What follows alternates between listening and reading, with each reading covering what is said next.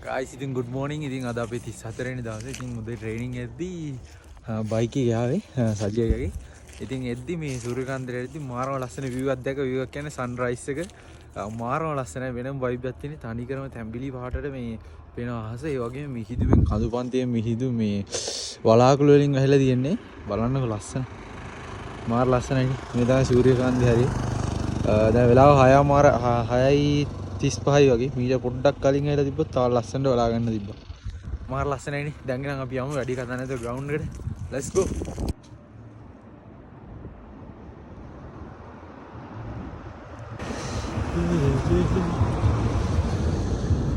guys මාරම සීතලයි.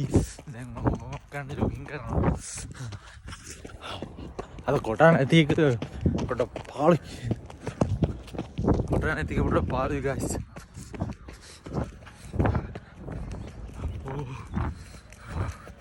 මේ හත්තේම රත්තු වෙලා තියෙන්නේ.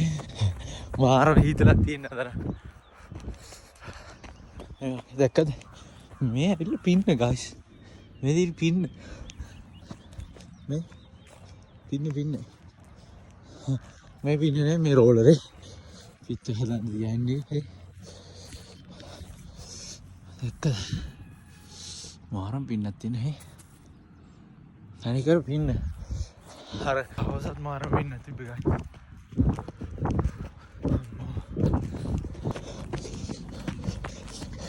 මේ පින්න ට්‍රැක් එක.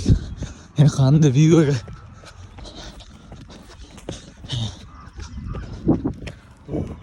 අද උඩු ලොකේ දිගයි. හැමදාම එකම විදියට නේ. ඒක නම් චැලෙන්ජ් එකක් විතර.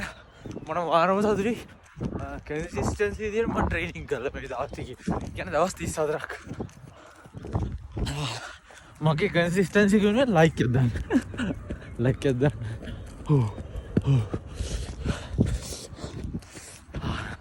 එහෙම ගල් ගහලා වගේ.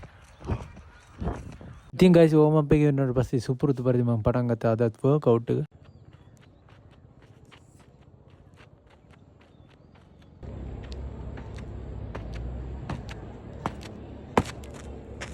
guys ada jumps වගේ තියෙන අපිට.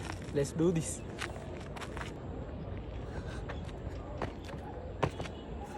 අයියෝ සෑන් අපි දැන් ගෙදර යන්න සූදානම් වෙන්න වර්ක්අවුට් එක ඉවරයි. ඉතින් හම්බෙමු. කවද්ද හෙට උදේ. එච්චරයි. subscribe කරන්න, like කරන්න, follow කරන්න.